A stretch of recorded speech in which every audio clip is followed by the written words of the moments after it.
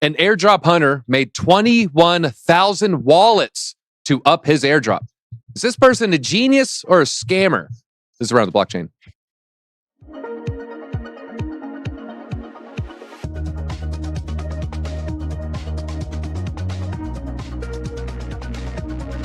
Thank you for joining, everybody. We got three of my favorite guests. We're just going to get right into it. In the green square, we have Firoz. Firoz holding it down. Now, Firoz, I'm growing my hair out, so can we still be brothers from another mother? Of course, anytime. And you just got to shave it off every time we're on. That's all. We'll do it live. This content. Also on today, we have Piano Matty B. Piano Matty B, how are you doing? That fireplace looks cozy. Is it as cozy as it looks? It is very cozy. I'm just here behind the maple curtain, waiting in bated breath for our fearless leader, Trudeau, to get back from India. I can't wait. All right. Hey, always going to be a good time. Hopefully he doesn't wear any dark makeup while he's out there. Blood, go ahead. He's stuck on the tarmac right now, isn't he? That's right. He might be. He might be. And then Crypto Blood rounding it out in the red square with the red mic. Hopefully he's not feeling red like the charts. How are you doing today? I'm great, man. Thanks for having me on, DZ. I'm ready to rock and roll. Let's do it. All right, let's get into it. First, we have the airdrop exploiter. Like I said, this guy made 21,000 wallets, 21,877 Sybil wallets. He developed his own closed system, decentralized exchange. I don't know how decentralized you call it at that point. And also created his own token, gave it a pretty good name, Jim, and then did fake transactions on his fake decentralized exchange with all his, fake money, all within this ecosystem here. And according to DeFi analyst Linqto, the individual funded all of his wallets with a very small amount of Ether. It looks like he was only using about $1 or $2 in gas fees and US fiat value there. And then he made a gigantic transaction history using different times, different dates, all different hours of the day to really try to make this look legitimate here. People are saying it's just, hey, one of those professional airdrop hunters out there. 21,000 wallets, everybody. Now, Firoz, I'm kind of torn on this. I asked in the beginning, is he a genius? Is he a scammer? If someone does put in all the hard work and makes 21,000 wallets, should they have the claim worth 21,000 wallets there? Or just zero or just one allotment there? Look, I mean, there's no denying he's a smart guy for what he did. And there's no denying that crypto is full of absolute scummers and scumbags as well at the best of times. So, it comes down to morals at the end of the day. Was it moral what he did? No. Was it smart? For sure.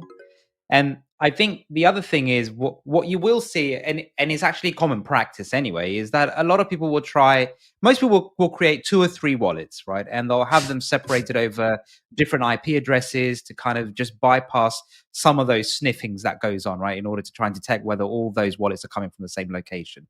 And I know for a fact that there are, in fact, there was a guide I was going to put out in terms of how you could maximize airdrops, funny enough.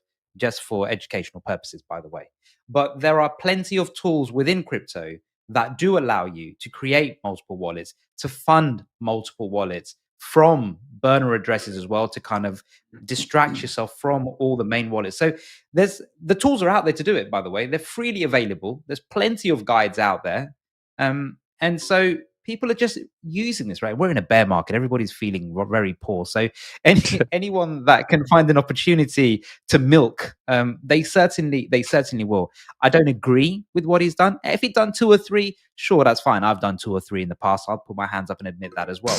But to do it on that scale, I'll be honest, I know for a fact there are people that do it on that scale. I know for a fact there are groups in crypto that also professionally airdrop farm on that scale anyway. So for me, it's nothing new, but obviously it's out in the open and, people start hearing about it. It's not cool, but hey, what are you going to do? You know what? You admitted it to, look, I've made maybe 2 or 3 wallets to try to claim an airdrop before. I didn't just stick to DZ.ETH. Yeah, maybe. Okay. I had a second MetaMask. I tried. I admit it. I didn't do it 21,000 times though. All right, now Piano Matty B, like Firoz, obviously this guy's pretty bright individual, smart lad, just a smart lad. Then why so shady? Can't this person make millions being legitimate? Why are they going this route, do you think? Well, I kind of smell daddy issues. I think he was sitting there playing video games on his big fancy computer, and his dad came in and said, "Hey, listen, I'm sick of these computer games. All you do is sit here in your room and you play these computer games. Why don't you like that crypto stuff? Why don't you do something with that crypto stuff? Apply yourself. I want to see you work hard, not just sit there." And he's like, "Okay, Dad, you want to see me work hard? Here goes." 21,000 wallets later. I mean, this guy deserves to be hired by whatever company hired Matt Damon in Good Will Hunting at the end there. I don't know where he went, but that's where that kid should be working. I think it was an Apple stand. I do remember he had an affinity for apples in that movie. Crypto blood in the apple color here. You're rocking the red. Well, I want to ask you, a lot of times people, they lose everything they see red. So I want to ask you, what are some airdrop hunting do's or don'ts, or maybe both? Just what general tip if you're out here, what should you avoid, and what's maybe a successful strategy there? Wrong person to ask, Daisy. Wrong person to ask. I don't do the airdrop shit. I mean, stuff. Now, what is the main reason? What is the main reason? Because a lot of people see free money. What do you see instead of free money? Okay. What do you see? No. So, I mean, if there's an airdrop that you just so happen to get, I'm not hunting for them, though, is what I'm saying. I'm sure it could be lucrative. That's just not my strategy and what I do in the blockchain space. So if I'm on a blockchain and a project does an airdrop, I get it. If I do something with it, I do something with it. If I don't, I really don't care. Be honest with you. Did you get any of the Uniswap? Did you get any Uni back in the day? Were you on DeFi 2020? But see, that's the thing. Like, go ahead. Well, I was going to say, what was your exit? What was the price? It didn't matter. It was like $2, $3 or something like that. It so was early. Free. Any exit is 100 is like, you know what I mean? You can't lose. Wait, 100% of profit. I guess that's a pretty good exit, right? Yeah, but I want to say something about this whole situation. Did I read it right that he only made 0.7 ETH? Honestly, I was thinking the same thing. It looked like they only made like $1,000. Firoz, I'm sorry, bro. The guy is the dumbest airdrop hunter in the world, bro. I'm sorry. But it's bear season. But it's bear season. Oh, it's bear. People are going, it's bear market. A thousand people will take it, dude. You know what? That's a good point. It could be 20K, 40K in the bull run. All right. Well, let's talk about in 2021. I would agree with Blood here, and I'd say he's the dumbest guy on the face of the planet. But he would have kept his own gem. Like, I might turn this into a real coin. All right. Let's talk about fantasy football. Where's the fantasy football fans in the chat? Tell me your team. I want to read chat. I'm gonna go ahead and say it. I don't think Firoz or Matty, they might have different football teams that they follow, but I used to like the Cowboys. I like the crack smoking wide receiver, Michael Irvin. He was one of my favorites. But no, we're going to go talk about the recent game here. Aaron Rodgers, guys. Aaron Rodgers had a pretty massive injury over the weekend here. Season-ending ankle Achilles injury, but it sent a DraftKings NFT skyrocketing after the fact. Now, how did this happen? Talking about Aaron Rodgers' backup quarterback. The backup quarterback has NFTs, and DraftKings has a whole NFT ecosystem for their fantasy football. So you actually have to buy the NFT to have it on your team. Zach Wilson, I think his name, Zach Wilson, went from as low as $69 within minutes, was skyrocketing. It looked like it peaked at $550. So from basically $60 all the way to $550, almost a 10x. It was close to a 9x there. Massive gains for a lot of people. It has retraced. I think it's around $300 right now. Rainmakers are the NFTs, and it was the elite version that skyrocketed. There's only 30 of these Zach Wilson NFTs here. As of writing, the collection's got about 527 million in sales just in the past 24 hours. So maybe a lot of people seeing this, looking for the next Zach Wilson NFT. Chiefs, Vikings, Raiders. A lot of people like the Raiders there. Okay, all right. Michael Irvin running lines faster than any wide receiver. Oh, whoa. Crypto Blood. I think Crypto Blood actually might have a clip of, is that Michael? No, that's not Michael. I thought that was Michael. Michael's Irvin. Well lotioned. Okay, I've seen Michael Irvin on all the television. Yeah, Michael's never ashy. He'd probably get real mad if you called him ashy there. All right, well, Firoz, do you gamble on any kind of sports events? I mean, in America, college basketball hits in March, massive amounts of betting. Football hits, massive amounts of betting, especially around the Super Bowl. And now we're seeing more gambling with fantasy football. And now we have an NFT element. Can soccer, the original football, follow these steps?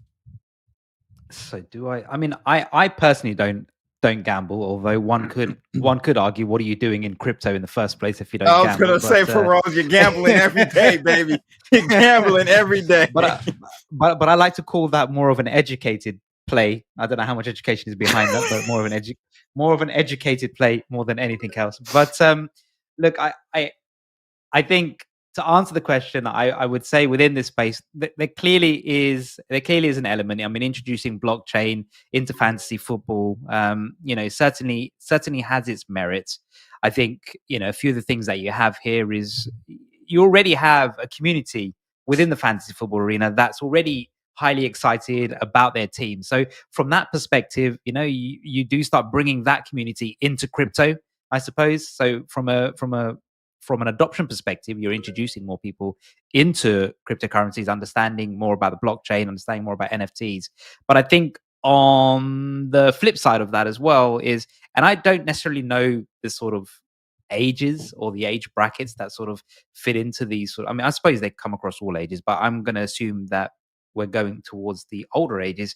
For them, I would say it might be something a bit new, a bit more risky, more fraud, more hacking. You don't want to lose your NFTs because ultimately that's your ownership as well. So, I don't know if I'm answering the question fully, DZ, but that's kind of where I sit on this. What's your soccer team if you had one? Gun to head, you have to choose. Oh God, I'll have to say Arsenal. Arsenal. Okay. All right. I do like Jamie Tart and Roy Kent, two good players there. A lot of people asking if they're late for the crack giveaway. The 50K rock party will be held the same day as the XRP party across the street in New York City. Ought to be a good time. Piano Matty B, I want to ask you, because we've talked about NFTs a lot and utility NFTs on the show, but we usually talked about music NFTs. But now we have another style of utility NFT, and that's the NFL, the free agent or the fantasy football style, the gamification. What do you think is going to be bigger in 2 years, though? These utility style NFTs, or like the past 2 years, will it be the PFP, the profile pic? 2 years from now, what's bigger? Jeez, that's a tough question.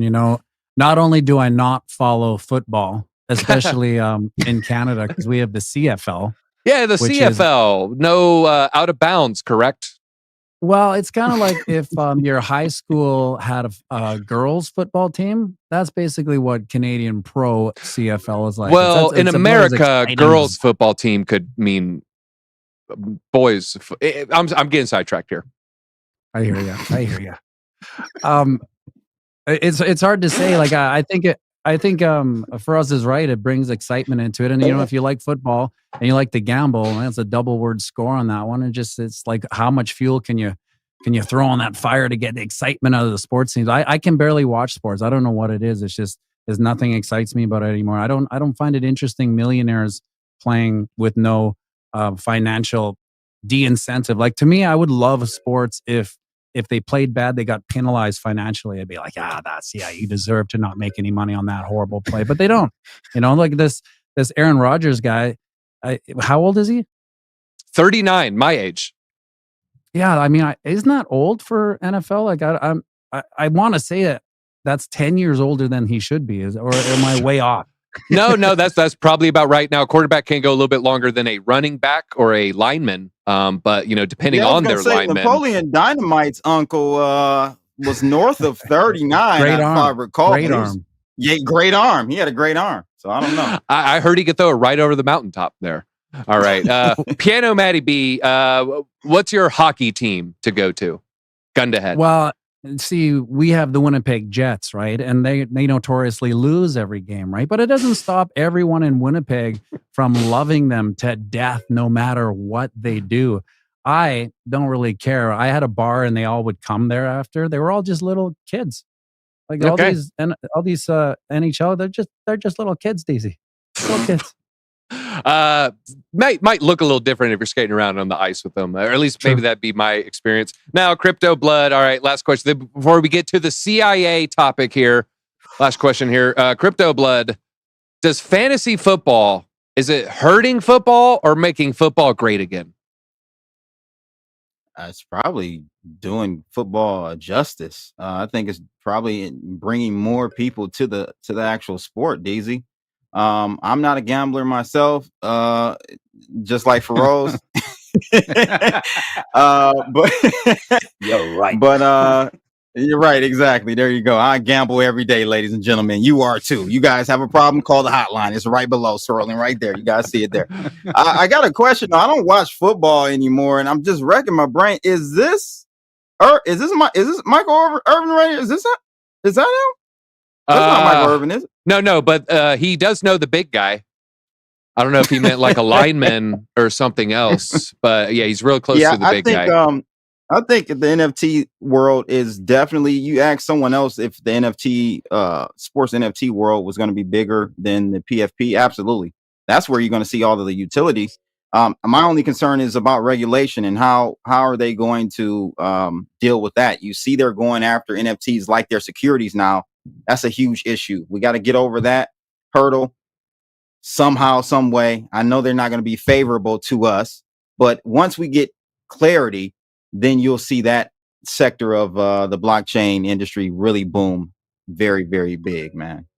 All right. And yeah, it'll be interesting to see how we on-ramp all the masses that, signing into ESPN.com, doing their fantasy football. How many of those can we get to download a wallet? I'm guessing it might be higher than people are expecting, CryptoBlood. I think they are going to do. Yeah, I think it'll be one of the more successful forays from Web 3 into Web 2. All right, well, let's talk about the CIA, folks. Guys, this is a complicated story that literally is unfolding as we speak. We have a reply that I guess we'll read this after the first allegations. It's a whole lot of intrigue. This is the reply to Charlotte Fang. Let me just kind of give you some of the broad strokes here. This is from Woz on X, Woz Crypto here. So we had here first the beginning genesis of the story. We have a developer, a team member took $1 million from the team's funds. They have all types of funds. They have DAOs. They have different allotments here. $1 million was compromised. They came out, well, Mileti devs attempting extortion, getting sued by devs on 9/11 wasn't on the bingo card. But guys, it got a little bit deeper. Conspiracy goes deeper, guys. Mileti's founder is literally a Fed working at Palantir. What's going on now? These are rumors, and it is it is a name, but to be fair, it's a very uncommon name. Same work history in Nevada. Still has an IT background. Also working remote. Everything here is checking out. If you don't know Palantir, this is a CIA-funded data mining juggernaut. FBI uses it. ICE uses it. They all use it here. And then not only that, they have been found joking about the FBI and other three-letter agencies in the past. Fed lore right there. You can see there's a FBI thing happening up. But guys, there's another part to the story here. This is just breaking here. Supposedly, this is the rogue team member. The rogue team member who stole $1 million has a response. Charlotte Fang, whose real name was, Krishna Akhandiar, is promoting a false narrative untethered to reality in an attempt to preempt legal scrutiny. We are the co-founders, officers, and managers. We keep scrolling here. Remilia was a collective. This is the name of the LLC that was also founded. But the LLC that Krishna created does not own the assets and is formed without the knowledge or support of the other co-founders. We are the co-founders. We are not independent contractors. We are not rogue developers, and certainly not at the bottom of the hierarchy. The treasury was not stolen. Unfortunately, that could be same of the unauthorized removal from Charlotte. Supposedly, maybe has moved some things. Guys, these people have some receipts now. Nothing. This is still a very evolving story. We don't know what's going on here as far as, what's real, what's not. Palantir, is behind this. Palantir, founded by Peter Thiel. Peter Thiel founded another company with Elon Musk. That was PayPal. Guess who had a Mileti NFT tweeted out 4 or 5 months ago? Elon Musk. So Elon Musk tweeting out a Mileti. There's Elon Musk and Peter Thiel. You always see that famous photo on the right. You never see the left half, Peter Thiel. You always see that picture reference when they show that Elon had Deezy hair. Hey, we had the same haircut right there, pretty much. So a lot of interesting story or developments within the story. I think the story will evolve as the days goes on, especially more facts. But anything with the CIA involved, is going to be the fog of war, folks. We don't know what's real, what's not.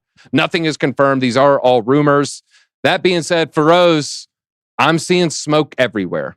Do you think there's at least a little fire burning? I think so, DZ. I think so. I mean, I do like a good conspiracy theory. Let's take away a few similarities here. First of all, what do we know? The name of the project, Milady, right? And that's also derived from a French honorific title for noblewoman, which was also used by the CIA as a code name for its covert operations in Iran in 1953. So that's number one there. And we already mentioned before, and you mentioned before, the founder, Charlotte Fang, has a background in cryptography, computer science, has worked as a consultant for various government agencies, including the CIA as well. So that's number two.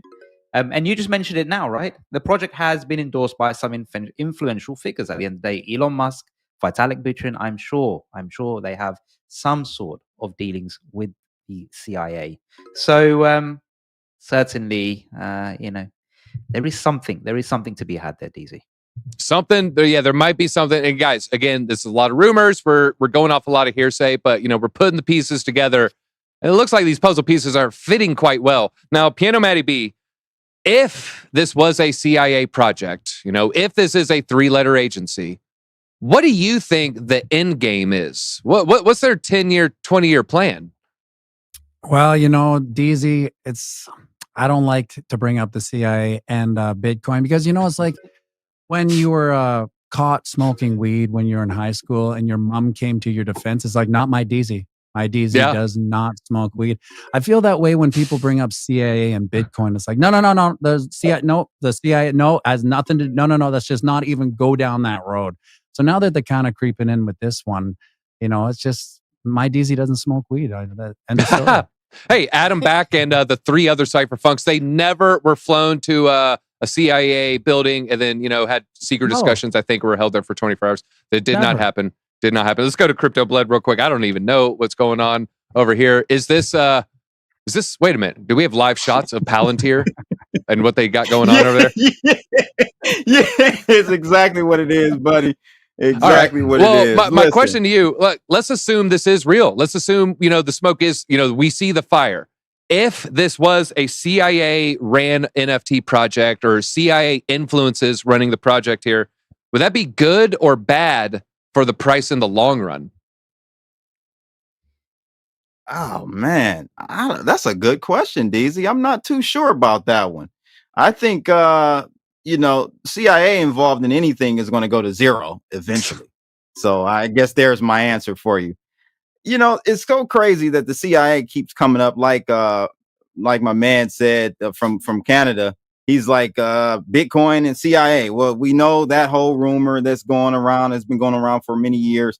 They have their hands in everything, ladies and gentlemen. I mean, it's no coincidence that the Roswell crash was in July of 47, I think. And then CIA was formed a few months later.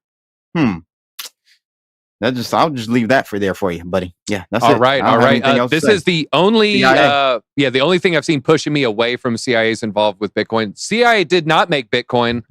You know how I know? Because Bitcoin actually works. It's all maybe what the CIA wants you to think. All right, well, folks, that is all we have time for. I think it's been one of the better episodes out here. CIA is in the chat. Please hit the like button if you are watching. Hello, 3-letter agency worker there. You're just doing your job. They're not going to get mad at you if you hit the like button. Go ahead, do it. Let's change your company's algorithm at the CIA headquarters. All right, well, that one was for the Langley fans. But it looks like Firoz ended up taking it. So we're going across the pond. Back in the days of FDR, decoupling here. So Firoz, feel free. Leave us with some parting thoughts. Tell us about MI5. Oh, I can't do that. I'm on this side of the pond. I would have done it if I was on your side of the pond. But what I will say is that thanks, DZ, for having all of us on. If you're not, please do drop a follow to everybody, all the participants, Blood, Piano, Matty Piano, and ATB. I think one thing that I will say is there's no such thing as a free lunch in crypto. And considering we spoke about airdrops quite heavily at the beginning, I think what I would just say is, one takeaway from that is just be absolutely careful when it comes to airdrops, whatever you're signing. And if you are signing something, please have an empty wallet with a little bit of crypto in it. Nothing too big if you do plan on participating in airdrops, because as you can see, most of these wallets can get drained quite easily. So that's my tip of the day. All right, and to that, I'll tip the fedora to my ladies out here. That was for you, Kat. Tip a fedora, hold a door open for someone. If you see someone stepping near a puddle, go ahead, take your jacket off, put it on top of the puddle, even if it makes no sense. Let's bring back chivalry. And it'll be real chivalrous if you go ahead and hit that like button. I don't know why you haven't done it already. That's all we got. Description's in the link. Check out everyone's channel. They're putting out great content. Till next time, DZ out.